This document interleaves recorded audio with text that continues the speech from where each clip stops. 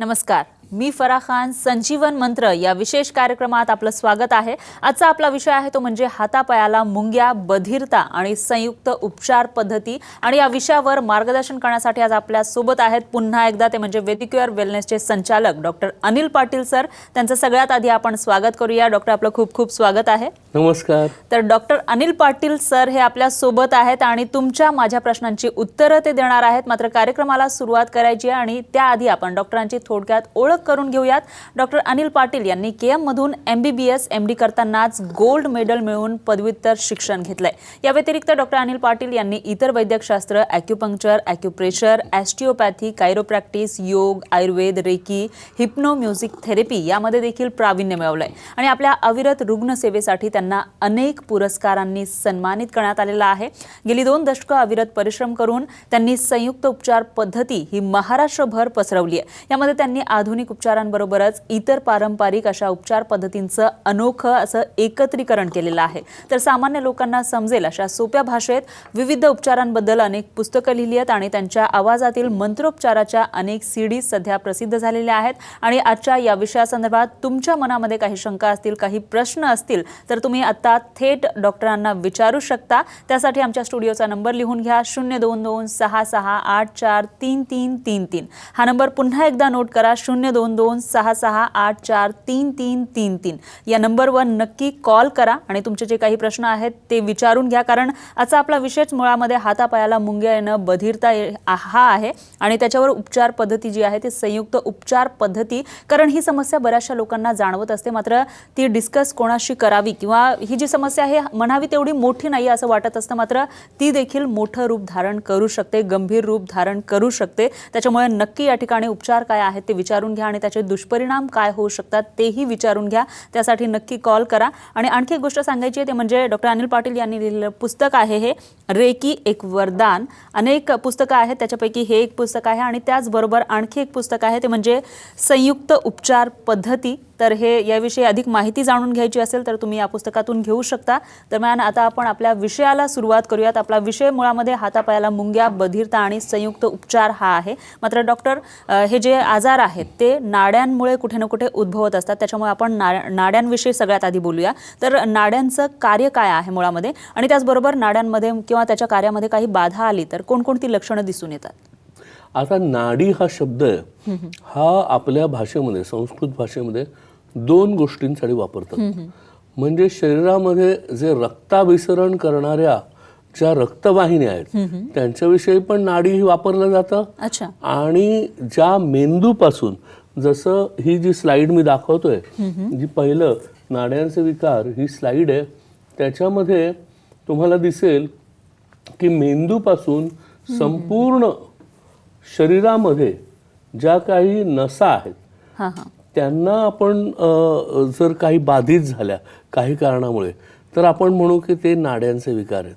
म्हणजे काय असतं की रक्ताभिसरण हा एक भाग आहे, तो रक्तवाहिन्या, पण मेंदूपासून संदेश वहनाचं काम हे जे करत असतं. म्हणजे आता तू बोलते, मी बोलते, तेव्हा मेंदू संदेश पाठवतो स्वरयंत्राला की असं असं बोल. मग ते आपण बोलू शकतो. आता मी हा हात इथे उचलून ठेवला तर मेंदू संदेश पाठवतो की हा हात उचलून ठेव इथे.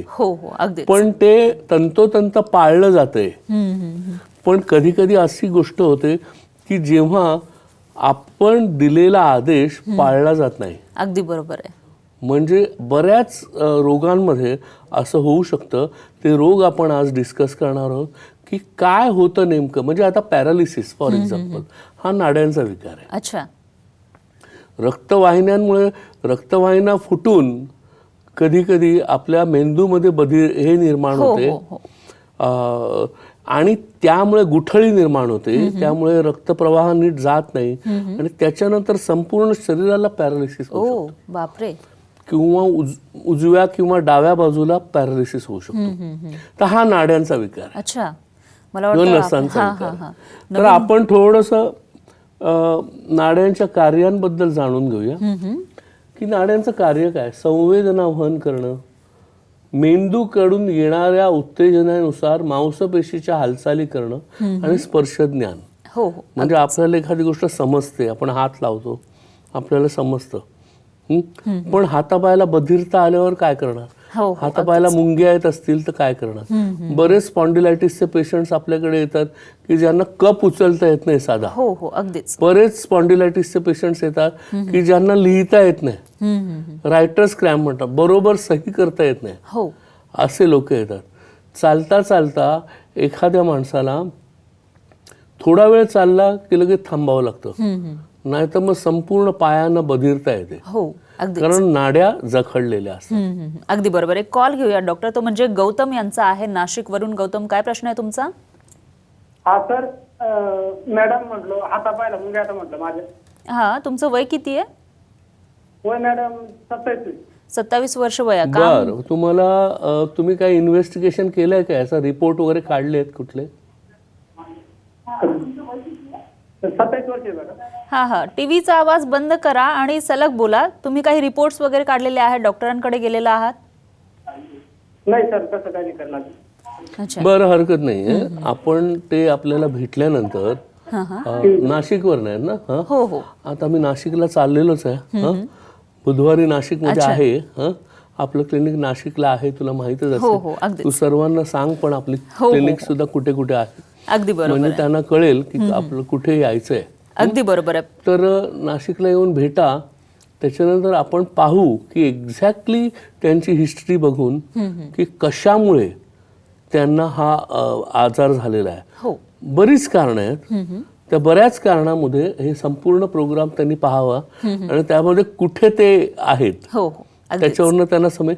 नाहीतर आमचा डॉक्टर किंवा मी स्वतः डायग्नोसिस करून त्यांना सांगेन की ह्या कारणामुळे तुम्हाला हातापायाला मुंग्या येतात. अगदी बरोबर आहे. म्हणजे डायग्नोसिस केल्यानंतर त्याच्यावर उपचार करणं हे शक्य आहे. शक्य आहे. दरम्यान एक आता जे तुम्ही सांगितलेलं आहे की गौतम नाशिकला जाऊ शकतात आणि पुढच्या ज्या शाखा आहेत त्या पनवेलला आहेत, वेदिकेअरच्या, त्याचबरोबर वाशी, दादर, अंधेरी, बोरिवली, विरार, ठाणे, डोंबिवली, पुण्यामध्ये कर्वे रोड, त्याचबरोबर स्वारगेटला देखील आहेत, पुणेमध्ये चिंचवडला देखील आहेत, हॉस्पिटल आहे तिथं, वडगाव शेरीला आहे आणि त्याचबरोबर सोलापूर, नाशिक, औरंगाबाद, सांगली, कोल्हापूर या ठिकाणी शाखा आहे. तिथे जाऊन भेट घेऊ शकता आणि त्याचबरोबर या ठिकाणी नंबर्स देखील आहेत, तिथेही तुम्ही जाऊ शकता, कॉल करू शकता. दरम्यान आपण नाड्यांचं जे कार्य आहे त्याविषयी बोलत होतो, त्याविषयी काय सांगाल?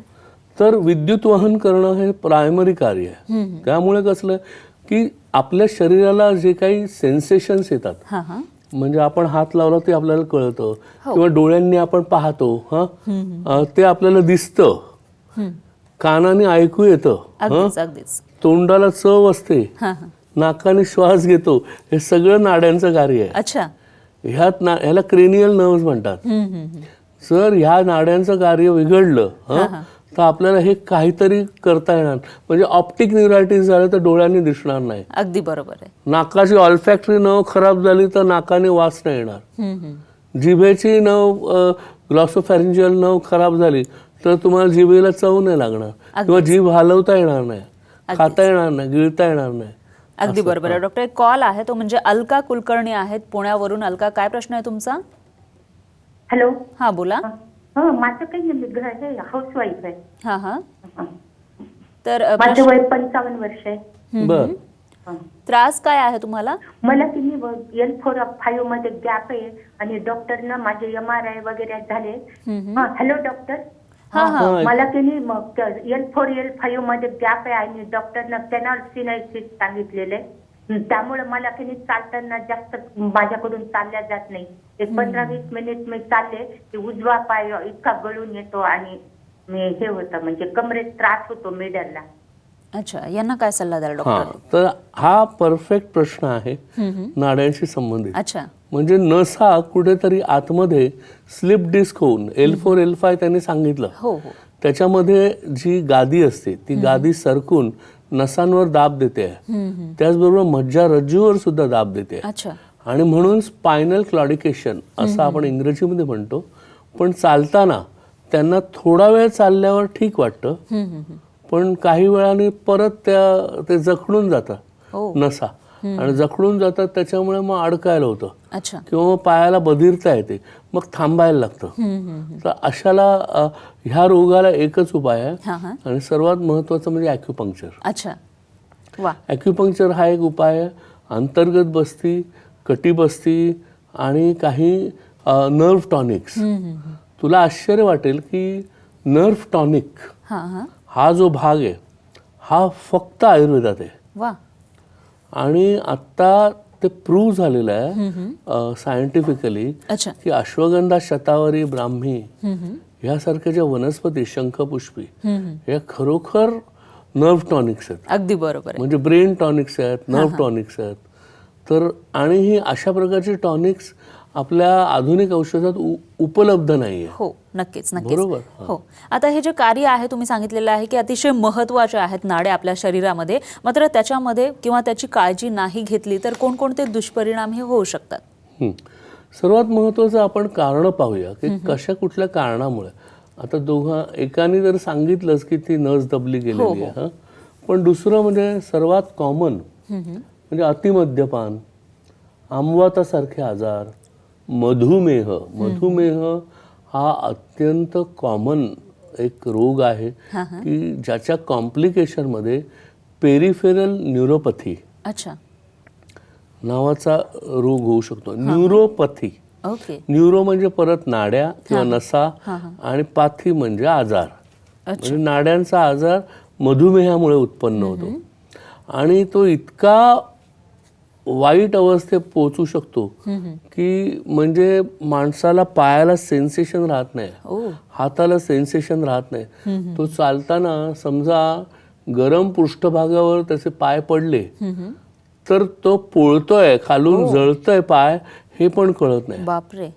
आणि मग अशा जखमा होतात भयंकर की त्या जखमा मधुमेहांच्या भरून पण येत हो हो अगदीच अगदीच. म्हणजे अगदी बरोबर. एक कॉल आहे डॉक्टर, तो म्हणजे संजय आहेत सोलापूरवरून. संजय काय प्रश्न आहे तुमचा? सर माझा प्रश्न आहे सर, मी माझं वय 42 आहे. मी एसटी मध्ये कंडक्टर म्हणून काम करतो, पण बऱ्याच वेळा असं होतंय मला की उठता बसता येत नाही आणि चालणंही शक्य नाही. अच्छा आणि बऱ्याच वेळा माझ्या डावी साईडला म्हणजे फार डोक्यापासून ते पायापर्यंत भरपूर मुंग्या येतात. काय विचारायचं आहे डॉक्टर? नाही. कुठला एखादा रिपोर्ट काढलाय का? हा रिपोर्ट काढलेला स्पॉन्डिलिसिसचा त्रास सांगितलाय, स्पॉन्डिलिसिस. त्याबरोबर मला म्हणजे बीपीचाही त्रास आहे सर. म्हणजे थोडक्यात आपल्याला कळलं हां स्पॉन्डिलायटिस आहे आणि त्यांचं काम एसटी कंडक्टर म्हणून आहे. हो त्यामुळे प्रचंड प्रवास करावा लागतो, अगदीच पुन्हा उभं राहावं लागतं. नाही, आणि वाईट रस्त्यावरनं प्रवास करावा लागतो. सगळ्यात महत्त्वाची गोष्ट. त्याच्यामुळे हलून हलून त्या नसा अजून पकडल्या जातात, जखडल्या जातात. आणि त्या जखडल्या गेलेल्या नसा संपूर्ण शरीरावर दुष्परिणाम करतात. मग चालता येत नाही, मुंग्या येतात, उठायला होत नाही. तर त्यांचा MRI आपण काढून घेऊ. कुठे राहतात म्हणाले ते? सोलापूरला राहतात. हां, तर आता मी रविवारी सोलापूरमध्ये आहे. अच्छा हां, सोलापूरला तुमची ब्रांच आहे. हां, तर त्यांनी MRI काढून यावं किंवा आपण MRIचा त्यांना हे देऊ, प्रिस्क्रिप्शन देऊ अच्छा MRI काढण्यासाठी. त्यांना पाहिल्यानंतर तर सोलापूरच्या ब्रांचमध्ये आल्यानंतर आपण निश्चित त्यांच्यासाठी काहीतरी करू शकू. काळजी करू नका, कारण तुमच्यासारखे बस ड्रायव्हर्स आणि बस कंडक्टर खूप माझ्याकडे येतात. हो हो तुम्ही सांगितलं होतं मागच्या वेळेला की खूप सारे जे ड्रायव्हर आहेत किंवा कंडक्टर आहेत त्यांना जास्तीत जास्त त्रास होत असतो. आणखी एक कॉल आहे डॉक्टर, त्यांचा घेऊयात आपण. अकोल्यावरून आहेत मिथून. मिथून काय प्रश्न आहे तुमचा? Hello madam. हा बोला.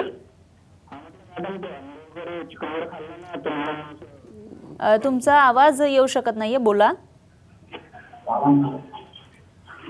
हॅलो. हा हा बोला. मॅडम म्हटलं अंडे चिकन. हा अंड चिकन. हा थोडस कब्ज वगैरे होतो त्यांना अंड चिकन खाल्लं तर, असं त्यांचं अंड म्हणणं आहे. चिकन खाल्ल्यावर कफ होतो हा आपल्या किंवा कब्ज जो आहे तो. कब्ज. हा अच्छा, कब्ज म्हणायचं त्याला, म्हणजे कॉन्स्टिपेशन. हो हो. हां, ठीक आहे. तर ते कशामुळे होऊ शकतं? नॉनव्हेज खाल्ल्यानंतर तो सारक नाहीच आहे, तो वेळ लागतोच त्याला पचायला. अच्छा हे नॉर्मल आहे, कळलं की नाही? मग तुम्ही माफक प्रमाणात खा. हो अगदी. किंवा त्याच्याबरोबर भरपूर सॅलड्स खा. आणि ते सॅलड्स खाल्ल्यानंतर मग त्याच्यानंतर फ्रुट्स खा आणि त्यानंतर भरपूर पाणी प्या. असं केल्यानंतर तुम्हाला तो कॉन्स्टिपेशन किंवा बद्धकोष्ठतेचा त्रास आहे तो होणार नाही. अगदी बरोबर आहे. आणखी एक कॉल आहे डॉक्टर, तो म्हणजे पुण्यावरून आहेत प्रकाश. प्रकाश, काय प्रश्न आहे तुमचा? मी पुण्यावरनं बोलतोय. हा, बोला. तर ऍक्च्युली मला म्हणजे मी IT मध्ये काम करतोय आणि मला म्हणजे प्रॉब्लेम असा आहे की माझे हात आणि पाय सुजतात आणि मला चालायला खूप अवघड होतं, परत बसायला पण अवघड होतं. हा, तुमचं वय किती आहे? म्हणजे मी डॉक्टरला दाखवलं पण त्यांनी म्हणतात रिमोटेड आर्थरायटिस आहे, पण मला काही फरक पडत नाही. 6 महिन्यापासून त्रास. काय सांगितलं? आर्थरायटिस? हा, आर्थरायटिस आहे आणि त्यांचे म्हणजे हातपाय सुजतात. हरकत नाही, मी उद्या पुण्यामध्येच आहे, तर त्यांनी त्यांचे रिपोर्ट्स आणून मला दाखवावेत आणि आपण ते रिपोर्ट्स बघून ठरवूया की नेमकं यांना झालंय काय. हो, अगदी. की खरोखर आर्थरायटिस आहे की नसांचा वात आहे की कुठचा वात आहे. अगदी बरोबर. तो ठरवल्यावर आपण सहज त्यांना ट्रीटमेंट देऊ शकू. पिंडस्वेद, अंतर्गत बस्ती, बऱ्याच ट्रीटमेंट्स आपल्याकडे आहेत की ज्याच्यामुळे ते खडखडीत बरे होतील. हो हो हो.